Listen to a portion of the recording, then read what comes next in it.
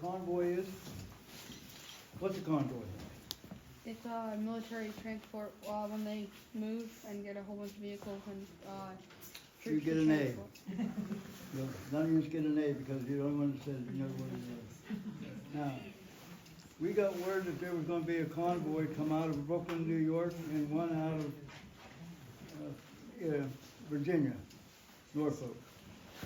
Well, when that happens, our ship goes out way ahead of them, but not where they all go, and we never see the convoy.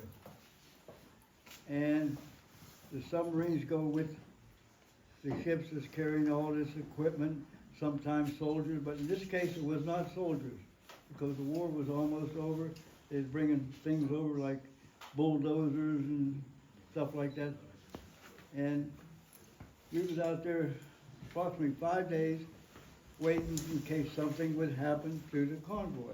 Do you understand that part so far? We wasn't doing nothing, just enjoying the sunshine. On the 5th day, the captain says, let's fire up the boilers, everything should be all right, they should be just about there, and we're gonna go back home to our port. Well, the subs were out there with them, and we got the word just about the time we was ready to turn the ship around to go home. And it says, sub down. Now, we don't like to hear that. That means bad news, right? The sub is down. Well, we says, we gotta go. So off we go. Now, our sister ship was up around Greenland. You know what a sister ship is? Anybody know what a sister ship is? It's a ship just like our ship. Does the same thing as our ship. Okay? That's a sister ship. Well, we go across, and our captain, he liked to drink a little bit, you know, sometimes a little bit too much, because he was always seasick. The captain was seasick. Anybody know what a trough is in the ocean? A trough? A trough is a big wave here, and a big wave there, and a big hole in the center. When the waves move out and come back, the next one comes into that one. That's called a trough. Well, our captain had to get to where this sub was real quick, so he didn't go up the hoop, the northern part and come down on top of it. He decided to take the shortest route, which was straight across.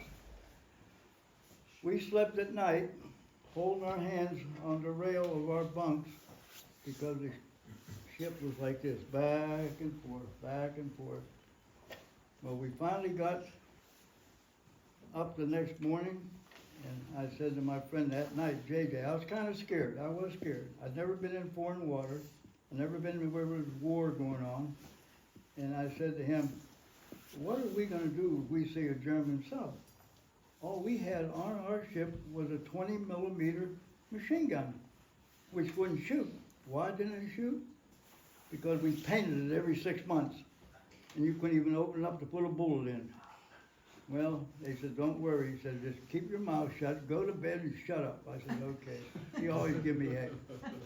Well, next morning I got up and there's two big DE destroyers. They call them tin cans back in World War II on each side of us, and a frigate.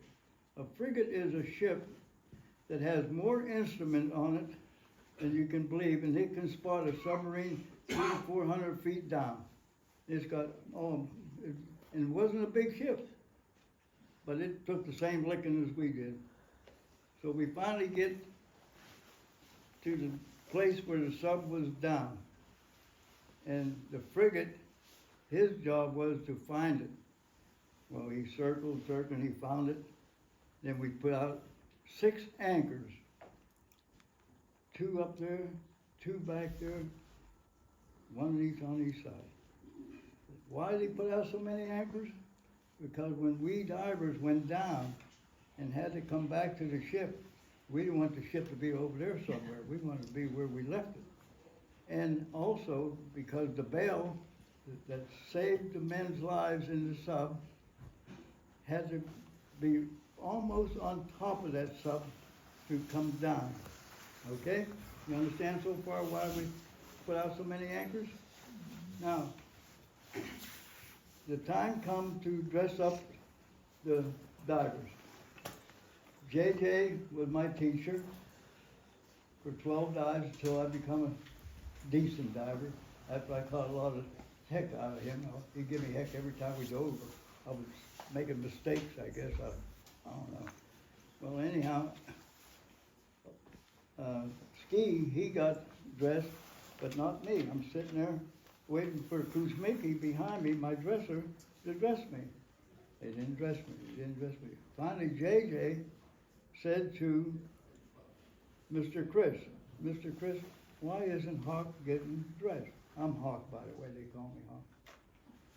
And they start talking and everything, and he said, may I speak freely? Now, when you say, may I speak freely in the service, they cannot hold it against you because they allowed you to speak as you felt.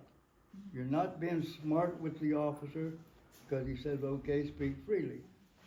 He says, what you put Hawk through on his first dive, turned him upside down, no light, no instructions, no nothing, and he survived it.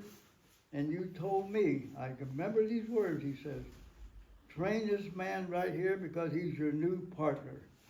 So he did train me for 12 good dives. Well, they decided, well, dress him. So they dressed me up. Now, Hernandez was the man that worked the crane on our ship. JJ, my teacher, I call him JJ because it's JJ Hurley. He told him to take that cage that he's hooked up to off the hook. I want that cage because that cage had 3 sides. The first cage only had 2 sides. You could fall out the back or fall out the front. So he changed sides. So I get on this after they drag me like I'm going to the electric chair because I couldn't carry all that weight that they put on me. I only weighed 114 pounds. I think you weigh more than me right now. so anyhow, I get on the stage and I figure something's wrong because on our practice dives, JJ used to carry as many tools as me and parts and everything. I had it all. I said, why am I carrying all this stuff?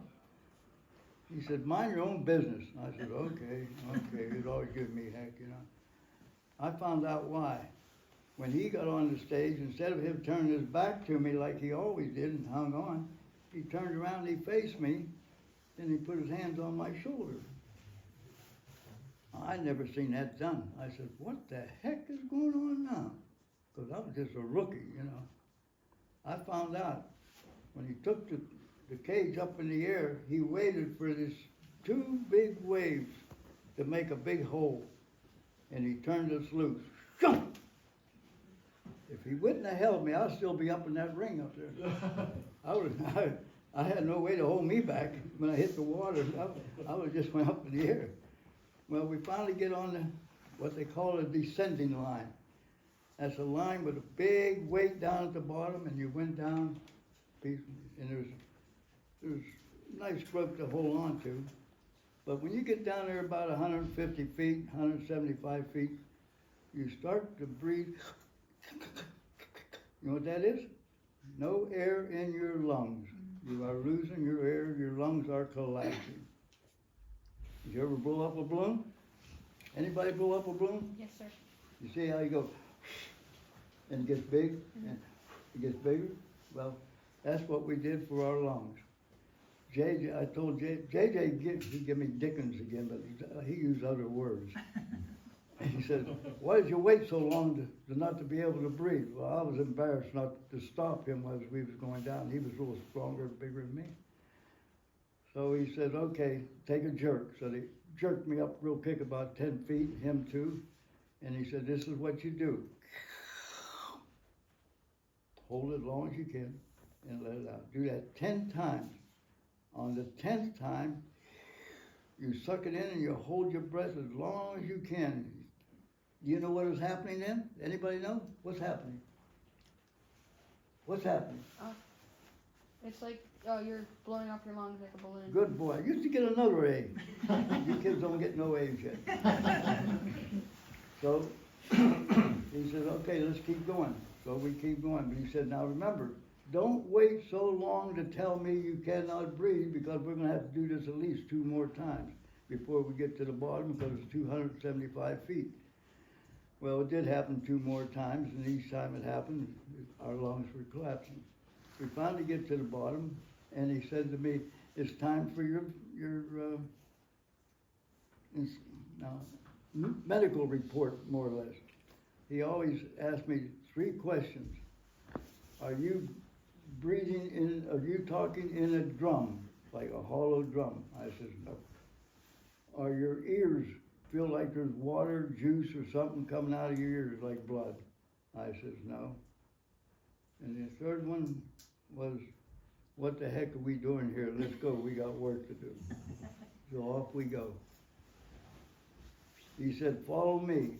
That was my first mistake of my diving in that particular thing, which comes up later in the story. So I followed him, and it was on a hillside, 1 foot long, 1 foot short. We finally get to the sub, and him being like a monkey, I mean, he looked like a monkey, really. He blew up his suit and raised himself and climbed up on the sub. I said, I don't think I can do that. He said, get your rear end up here and start. I said, okay. So I started blowing up my suit and got a little bit better. And he reached down. He said, let me give you a hand. He gave me a jerk, and we got up on the thing there. So we're up there, and he said, start tapping the hatches to see if there's any men here or there or something like that. So there's only one place the men were at. He said, what's on the other side of the sub? I said, I don't know. Well, we're going to get some more line. We're going to find out. So he called topside. Topside's up on the deck of the ship. And he says, send me down 25 feet more of air hose. So he sent 25 feet more of air hose. Loosened up, you know. So he held the air hose up in the air, sent me over the side. I walked around the back of the sub, and I'm walking and trying to find out what's on the other side of the sub, which I didn't care what was on the other side of the sub, but he wanted to know. Well, I ran into a boulder. Oh my God, it was big. I could see my light this way and looking. I said, well, how am I going to get around it? I said, should I go this way? Should I go that way? So I went this way. Well, when I went that way, my foot hit something that was soft, and I went falling into this deep, deep hole, crushing my lungs, just ready to kill me. He hollered, chin valve, chin valve. I already knew about the chin valve. I grabbed the chin valve, stopped the air from coming out of my suit, and him pulled me up fast as he could. And whenever I finally got back on my feet, topside hollered on their phones, is Hawk okay? And him being so smart, he said, yeah, there ain't nothing can kill this Dago. You know what a Dago is, don't you? None of you know what a Dago is? Who wants to make an A? I It's Italian. We Italians are called Dagos. You never knew that. Now you've only got a B. You took one of the A's away from you. Well, anyhow, by that time, I'm back up on the sub. Me and JJ is waiting for the bell to come down. Now the sub is on a tilt like this because we're on the side of a hillside. Big lights come down from underneath this bell. The bell weighs 2 tons. And there's Levinsky with the cable, and comes down, he finally gets the cable, he makes a connection on the hatch, puts a little bit of strain to it. He tells them to do it. He don't do it, they do it. And the bell slides down, follows the cable. Follows the cable. Finally it touches the sub. Well, when it touched the sub shifted. Them two held on to the wire, and I just fell backward, and there was a cannon behind me, which I'm so glad it was, because I used it later on in the story. So I didn't even know there was a 40 millimeter back there. So after he made that hook and the bell on the sub, we made one connection with the hole and the stud to get the bell to get on the hatch square, 100% square, because no water, air, nothing could escape when you opened up the hatch of the sub where the men were at. Okay? Now, here we are. trying to figure out how are we going to move that bell over. We can't do that. We ain't got no wall to put our back to. So what we did, I didn't do. Yeah, they said, now here's what we got to do, and they went like this to me. That means go. And the helmet also tells you if the sound didn't work, the signal worked. I knew to go back to the ship. Now that's when, remember I told you that my big mistake was to, what? Follow my friend. I shouldn't have did that. I should have made my own little path. I start walking. But before, I missed one part of the story. The master diver and his helper put two lights out, one at the base of the ship and one where you make the turn to go to the sub. So I'm walking. I said, you know, I should have been there by now. Something's wrong. Well, there was something wrong. I didn't know where the hell I was at. So I figured, let me walk a little bit further. So I walked about another, maybe 5 feet, and I seen that glitter. Kept going like that. I said, what the heck is that? So I said, I'm gonna find out. So I walked over there real slow. It was the submarine's bow plane. You know what they use to go down, come up, like a fish's fin? So I got on it. I said, well, I'm on a level now. We walked on the side of the mountain. By walking on the side of the mountain, that meant that I was on a pretty good slope, one leg longer than the other, how you walk. So I walked until my one leg got longer than the other one. And there was the ship descending line. There was the block and tackle that we needed to pull the bell. So coming back, I stopped at the light. This little old devil on this shoulder here, and the little angel on this shoulder. The devil says, take the shortcut. The angel says, you better not. I said, what do I do? The devil says, take the shortcut. My mind's going crazy. What could I do? I said, I'm going to take the shortcut. So I did. I took the shortcut, got on the bow plane, got up on them cylinders that was there, them hydraulic cylinders that operated. So JJ, being a smarty, he said to me, what did you do? Take the scenic route? I says, not exactly, sweetheart. Don't you sweetheart me. That's the way I always used to get him mad at me. Well, he climbed up on the bell. I climbed behind him, handed him the block and tackle, came back down, took my part of it, went over to the cannons, what do you call it? The barrel. And I wrapped the rope around and I started pulling and everything. And boy, it was going real good, coming over real nice. Oh, well, we were so happy. And all of a sudden it came to a point where it wouldn't work because the bell needed to be turned. Only one catch and the next didn't match the hole. We couldn't make the seat. Go back, get the bar. So they sent me back for a bar. And halfway back I said, on top side, I said, send me 3 fathom, you might get an A for this if you're smart, 3 fathom of 21 thread. What is 3 fathom? Anybody knows what 3 fathom is? Any grown-up know what 3 fathom is? Oh, not you. You'll give it away. 3 fathom is 6 foot to a fathom. That gave me 18 feet of rope, of line, not rope. A rope isn't a rope until it's 2 inches round. Everything under 2 inches is a line. So he said, Levinsky says, what does he want that line for? JJ says, leave him alone. He's got a plan. I don't know what it is, but leave him alone. So, okay.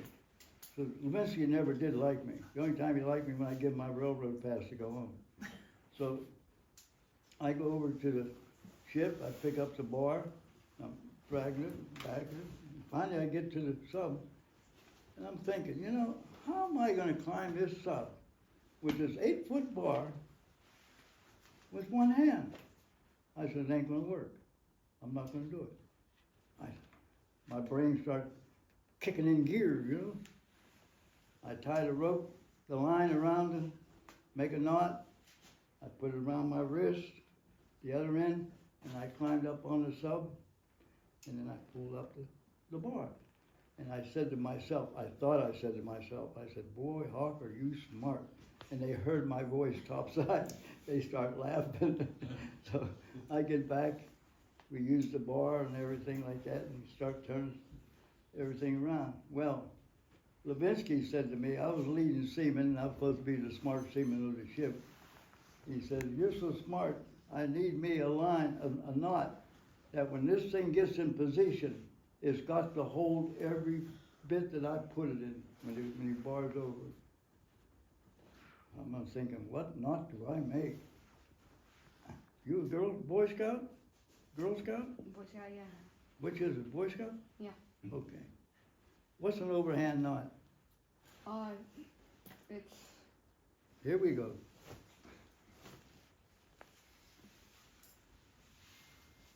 That's a square knot. No, this is a square. Let me see. I can't see that far away. So you go over the hand. Like that. That's an overhand. No. And then this is a square. I know, the square's right over, yeah, okay. No, it's the one with the loop. And one rope goes over, back over the second time, and the strain of the rope tightens that line up against each other like this. You can't let go. More strain, tighter it is. But the one end of it controls the whole knot. So anyhow, to make a long story short, and I guess you're a little confused, I'll show it to you after a while. So the bell comes over with the bar. I make the knot in the complete darkness of the night. I'm on the sub. The light is facing the deck. I am at the barrel of the 40 millimeter, but the knot has to be above it. So with only this finger, this thumb, this is a mitten in a diving suit. I only work with 2 fingers. I made that knot overhead in complete darkness by myself. Hooked it up, held the bell when he told me to hold it, and when he made the connection, he said, release it. Boom! The bell stopped right down the track and went straight into the studs we had made. They put the nuts and bolts on it and everything. I went and I cleaned up the deck. I did all I had to do, you know. And I went to JJ and I said, JJ, everything's secured. Can we go? He said, oh, no, not yet. I said, what's going on? I said, I want you to hear something. So we waited there maybe 2 minutes, 3 minutes. You never guessed the words that was said. No one knows what it would be? Anybody for coffee and soup. What does that mean? What does that tell you? Anybody for coffee and soup. Now, you know we couldn't drink a cup of coffee with a helmet on. Is that right? No. What does that mean? We were looking inside the submarine at the men that needed to be saved.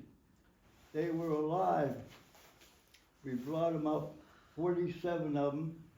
The first trip was 8 men, which only was allowed to put 7 in, but 1 man laid on the floor of the bell, I was told, I didn't see it, to bring the worst ones that was in bad shape. Then from then on, it was 7, 7, 7, till all the men came out. 2.5 weeks later, we finished the whole job, and we come home. So now, on the way home, the loudspeaker says, all hands on the fantail at 1300. What's 1300? You know, you grown ups. 1 o'clock. You get another beat. No, I should give you a name for that one. So anyhow, we go back there after dinner, after afternoon meal. Here comes the captain, sober. We were so glad. He did drink a lot. I used to smell him when I was a helmsman. He was down there. Well, he says to the crew, he thanked us all for a job well done, blah, blah, blah. I thought, oh boy, this guy's really buttering us up. Well, finally he said to Mr. Chris, Mr. Chris, you got anything to say? Mr. Chris says, yeah, I do. He says, they call me Hawk, you know. He says, Hawk, seaman first class, second class diver, front and center. Oh my God, I said, I want to get me a $30 raise. I know they're going to give me more money because I was only making $2 a day. Wow. Well, Mr. Chris starts on me right away. You was lost, wasn't you? In spite of you being lost, and I leaned over to him. And I said to the officer, I said, sir, a diver don't get lost. They get turned around. He says, no, damn it, you was lost. I said, okay. I didn't want to argue with him. I was lost. So he said, but we're so happy you was. I said, what's that for, sir? He said, you found a shorter route to the sub and a safer route. I said, Mr. Crandall, you got anything to say to Hawk? Well, real sadly, he said, it's a shame. Hawk will never be a first-class diver. I looked at him, I said, well, there goes my $30. He said, but, Mr. Chris, don't you have something for Hawk? Oh, yeah. Reaches in his pocket on his jacket, takes out a laminated thing like this. Inside the laminated thing was something more to me than a silver star, a gold medal, or anything, was an emblem of a first-class diver. And I got it. I was not a first-class diver. And that's the story of saving 47 men. Today, their grandchildren, great-grandchildren are alive today. Thank you all.